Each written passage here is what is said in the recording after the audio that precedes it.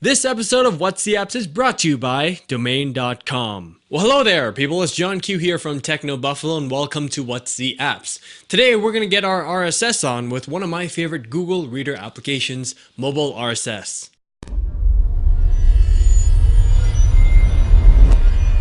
As I mentioned in a previous episode, I'm a really big fan of cloud syncing and all of that mystical wonder and magical fairy dust associated with it.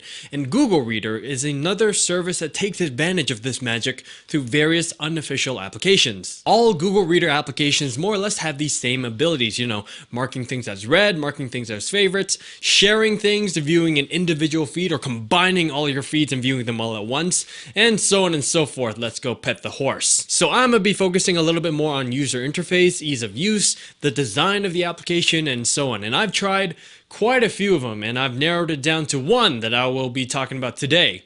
Maybe a little bit more on Google Readers and later on. MobileRSS is a fantastic, simple, and functional reader application. The user interface is similar to that of a social network app like Twitter or Google+, sprinkled with hints of the iOS email client. It's got a nifty pull down to refresh feature, thumbnails on the side, and infinite scrolling. Reading articles is equally as intuitive. Scroll up or down to read, and left or right to go to the next articles. And whilst in list view, as you scroll down, the data is fixed at the top to give you a sense of where you're at, which is pretty cool. There are some features of this application that really stood out for me. I love that you can change the fonts as well as the font sizes on the fly. I really like the larger fonts as I don't enjoy squinting to consume my very important content, such as looking at pictures of cats wearing Santa Claus hats. Like I said, very important stuff. The full screen mode is pretty cool as it makes you experience more of that like an e-reader versus a feed reader. You just become immersed in the content. Who knew taking away 50 pixels from the top can transform your ordinary viewing experience into that of it's pretty cool, it's a little bit better than ordinary but not so fantastic, where you can save endangered species like whales, but still pretty cool kind of viewing experience. I personally don't use this one too often, but stealth mode is really handy for nighttime reading. Also, this may seem like a small thing, but I really dig the thumbnails. I just like looking at big pretty pictures to help me decide which articles I would like to read. There are Google Reader applications out there that don't have thumbnails. I mean, those guys just make me sad. It's like, come on, man, let me know what you guys are going to be talking about via preview using a 60 by 60 square.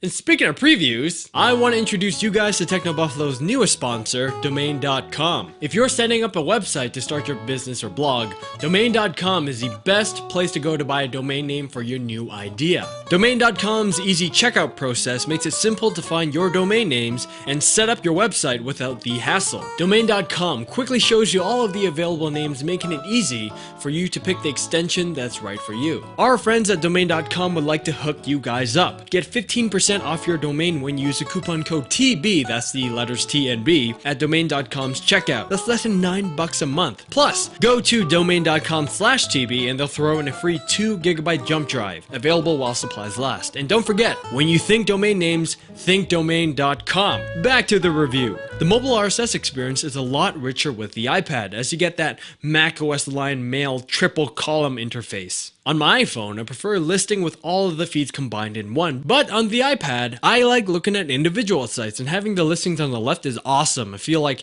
I have more control that way. If you want to go one step further, MobileRSS is also available in the App Store for macOS. I'm not too sure why MobileRSS has such a poor rating in the iOS App Store. I guess I can understand some reasoning as the app hasn't been updated since July or so, but it's been working fine for me. However, I would recommend sticking with the free version. The only advantage of the pro version would be no ads. And also, it would be nice if both the iPad and the iPhone versions were unified like Twitter or Facebook or something. That means that you wouldn't have to buy it twice if you decide to go pro, but that's no big deal. Overall, for its clean interface, seamless syncing, and oh yes, them thumbnails, I'ma give MobileRSS a 4 out of 5. Some people have complained of iOS 5 issues, but I personally have not seen any. Not a single bug or crash. Regardless, stick with the free version and use that money to buy a beach ball or something. Those suckers are funky as heck. Well, I hope you guys enjoyed my review, and if there are any apps that you would like me to check out, let me know by commenting.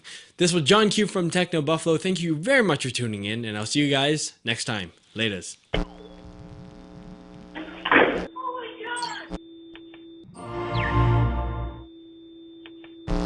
I think my voice died halfway through. I don't know. It feels really weird here and for some reason in my ear. I don't know now. I'll figure out when I'm editing and you guys would probably see it in the final cut. Yes, yes. I have to make sure I look fantastic.